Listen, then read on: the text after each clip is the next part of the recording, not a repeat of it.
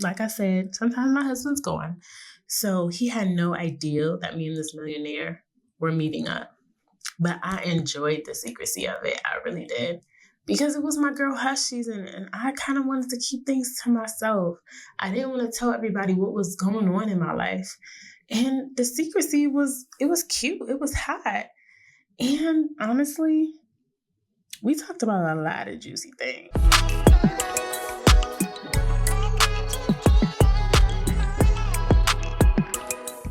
Hey, conscious crew. We are back in the vibes. I know it's been a hot minute, but it's your host, Sia, the transparent therapist.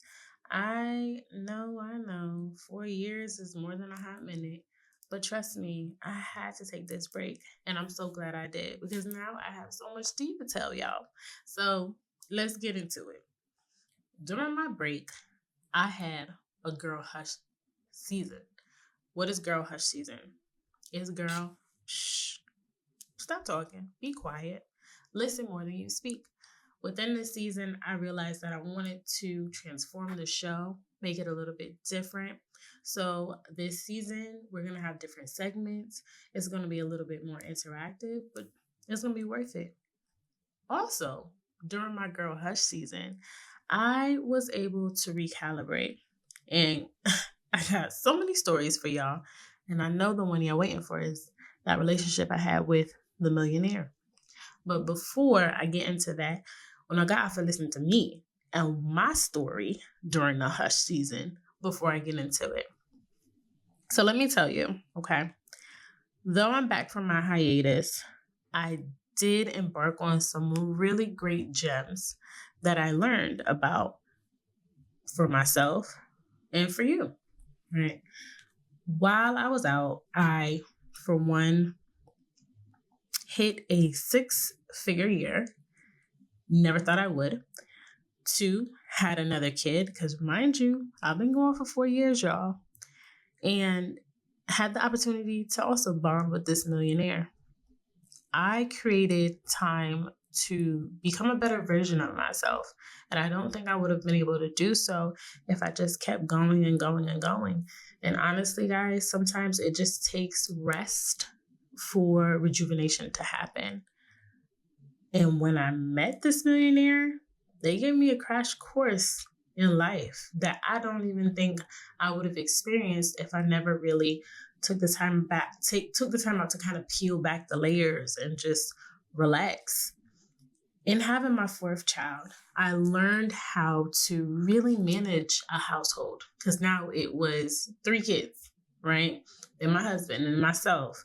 And if y'all know me personally, sometimes or a lot of times my husband was gone. And so I was managing these 3 kids by myself. And it was a lot. But in turn, that helped me to kind of slow down and listen more and really understand what it is that it takes to build an empire, so to speak, or a team, which in turn helped me to build a 6-figure year in my business, gain new employees, and all that jazz.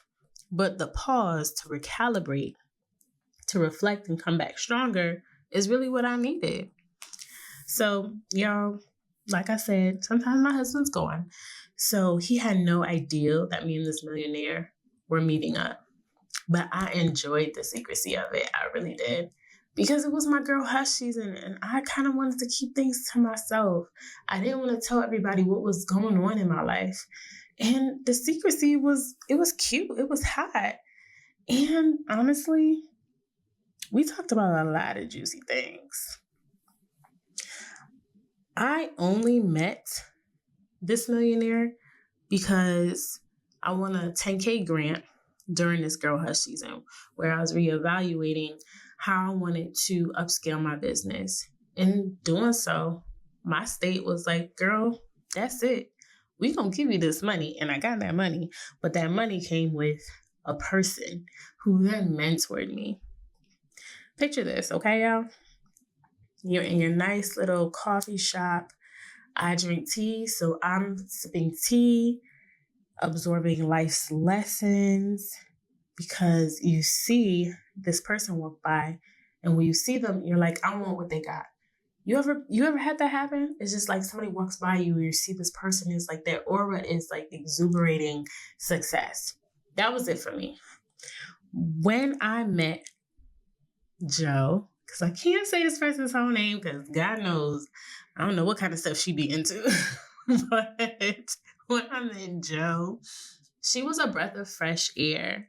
She shaped my perspective and my consciousness on how to build a business or just how to build anything and to build it right and how to really recalibrate and make sure that you have the perfect systems in place. Because before, what I was doing was a hot mess. Okay, y'all. In building a business, I still wanted to be creative and I just couldn't figure out how to mesh the two.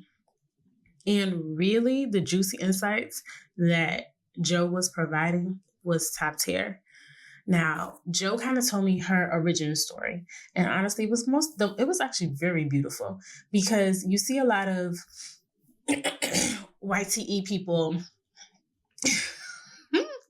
kind of just coming out of nowhere and like building riches. And Joe was YTE. And she didn't have that kind of story. She used to work for this tech company, learned everything there was to learn about them, and then took that information and built her company. And y'all, I'm almost 95% certain if y'all work in the office, you guys have one of her items, okay? It was just a beautiful experience. Can we just take a moment to acknowledge that adulting is like playing Jenga with your sanity sometimes? But fear not, fam, because I got the perfect solution for you. Today's episode is proudly sponsored by Assurgent Healing, your ultimate plug for squashing anxiety and reclaiming your chill vibe. Just think about it. You can have your favorite drink and be cozied up with a bomb anxiety workbook courtesy of Assurgent Healing. Say goodbye to those stress-induced hair-pulling moments and say hello to vibes of Zen. It's practically a vacation in a workbook. Trust me, sis. Our workbook is loaded with all the tea, exercise tips for your mind, tricks to slay your anxiety game, like the queen you are, or king, depending on who is listening. So, I did say you could slay for free, which means you spend no coins. There are no coins required. Just hit the show notes at the end of this episode or the description of the video. Tap that link and boom. Just like that, you're on your way to reclaiming your peace of mind. Just a download away, girl. Or king. Just a download away. So why wait, fam? Go ahead. Don't let your anxiety dim your shine any longer. Snag your free workbook from Assurgent Healing today and start living your best life, your most carefree life. Remember, it's all about rising and doing you at all times. One of the things I learned about was building community and really understanding that it's okay to assess your friendships. So let me tell y'all something. A lot of you guys listening to me and watching me right now have friendships you don't have no business being in. And it's not because they're a bad friend. It's just that friend is probably not bringing you to the next level. I think there's a quote that says something like, you're only as strong as your weakest friend. And if we're thinking in terms of business, content creation, creativity, if you have a friend that is really draining you, and I mean honestly draining you, how are they really elevating your life? I learned that Joe learned that it was okay to kind of take breaks, assess or do like mid-year reviews of your friends to see if they're not really pouring in energy to you and if you're giving too much energy that you could give to something else, right? And I think that was probably one of the biggest takeaways that I got from her. So I'm going to urge y'all to do the same thing because trust me, if Susanna and Darlene ain't really making the cut, don't feel bad about keeping them in your life because maybe they were just there for a season. And so community was something that this millionaire really taught me how to embrace and removing myself from communities that I don't got no business being in as well. Now, there was a step process that was a game changer in the whole entire experience. And one of the things she said was, Sia, you have all the resources you possibly need to become a millionaire, just like me, or beyond me. And when she said it, it didn't click until she really slowed it down for me. And she pointed out every single thing that I've been through, every single class I've took, workshop I've taken, the creativity that I have just unleashed within the last 10 years. And I'm like, you're right. Like, I understand about marketing. I understand about advertising. I understand all these things. It's just, I wasn't able to piece it together. And that's what Jo did for me. She pieced everything together. Once she sat that down for me, the next part was me really tapping into understanding my psyche when it came to success. I think one of the things she did share with me was something I already knew, because it's a part of CBT, which is cognitive behavioral therapy. And that's something I do with my clients. But honestly, outside of the therapy room, I'm not thinking about none of that. So just having someone really reiterate these things to me, it helped. And one of the things that she went through was something called thought work process, which is a lot like reframing or thought challenging. If you guys have been to therapy before, it's something I do with my clients, right? So now I think it's going to be a game changer for y'all. So I'm going to just walk y'all through what that looks like and how she walked me through her process. So she sat me down, and the first thing she wanted me to do was find a negative thought that I had about myself or my creations, my creativity, how I wanted to present myself. And I did just that. So I want y'all to do the same thing. Right now, identify any sneaky thought that's been playing on repeat in your mind. Maybe it's, I'm never going to lose that weight. Girl, that weight is never going to come off of you. Or I'm never going to get out of this bad relationship. I know it hit one of y'all listening and watching right now. I know that did, okay? Maybe it's, I'm never going to be in the career that I want. Find that sneaky thought that's always in your head on replay, okay? Now, step 2, I want you to explore the facts. Break it down. What are the cold hard facts about this? Is the situation really true that I'm thinking about, or is it an opinion? So when you're telling yourself, I'm never going to be in the career that I want or start that business, is that really an opinion, or are there cold facts that say, like, yeah, you don't have the resources, and I'm not talking about money, but I mean knowledge, or you don't know how to find the knowledge? Those are not facts. Those are opinions, okay? Step number 3, trace the origin. Where did it come from? Dig deep, okay? When did this thought start to come up for you? One of the things I like to talk about, because I do a lot of relationship therapy for my clients, is, did you have someone in your life who told you from a very young age, like, oh, honey, if you don't know how to cook, you ain't never going to be with a man? If that's something that honestly kept coming up, and now you're in your 20s, 30s, 40s, and you don't know how to cook, and you're thinking like, man, I'm never going to get a man because 1, you're unwilling to learn how to cook, or 2, you're thinking that every man wants you to know how to cook, then guess what? That's going to be the underlying basis of what you're thinking is going to happen. And that is not a fact. It's just an opinion. And that's the origin. And I would urge you guys that once you find the origin, this isn't a part of the steps, but get some help and guidance to eradicate that negative core belief, is what we would call it in CBT, because that core belief is the foundation for everything else in your life, right? Or one of the foundations for everything else in your life. Now, once you've traced the origin, Jo would be like, all right, let's evaluate the impact. And what that basically means is, how is it affecting you in your everyday life? Understanding impact is key, you guys. When I mean key, like kind key, like if that's how, I don't know how lock sound, but that's how it sounds in my head, okay? So that's the key, all right? Once you understand how it's impacting you, 9 times out of 10, it's a negative impact. Do you really want to continue with that impact? You don't, right?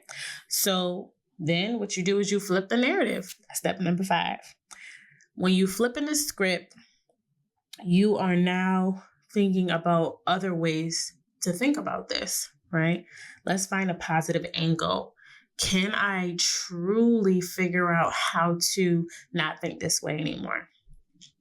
And once you do, you then, step number 6, craft a positive reframe.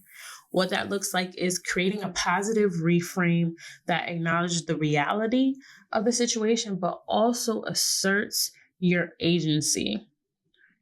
I'm going to tell y'all to write it down when you see it. I know y'all brushing y'all teeth every day. I'm really hoping.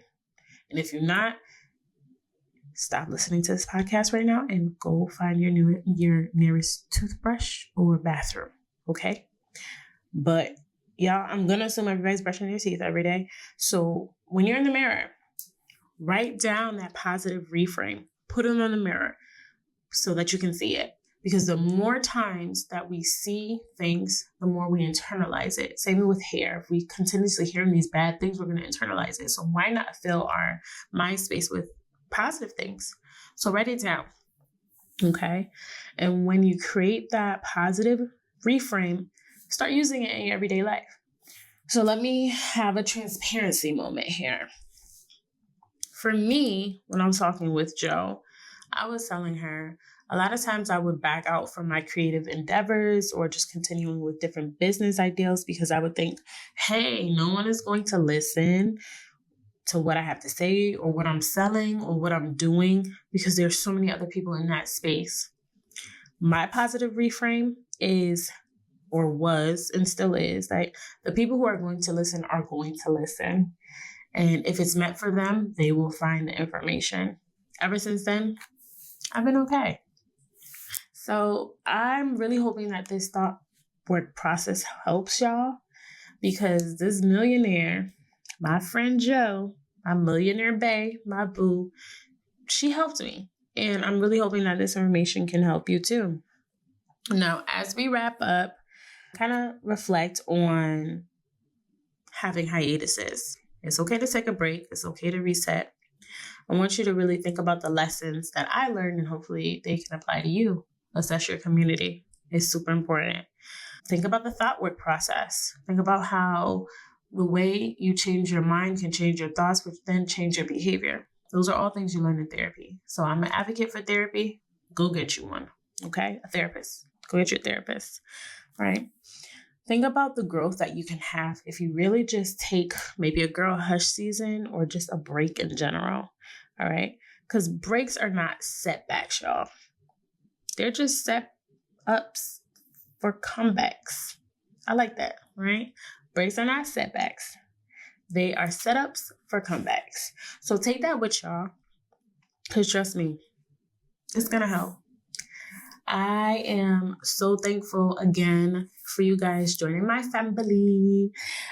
It's been an honor for the last 4 years to have, well, actually, I started back in maybe 2019. So the last 5 to 6 years, and y'all coming back to listen to me. It warms my heart. So I'm giving massive gratitude to each and every one of you who've chosen to rock with me. Your energy fuels this conscious corner. All right. Walk good, stay conscious, and let's keep the vibes high. You watch me in the next episode.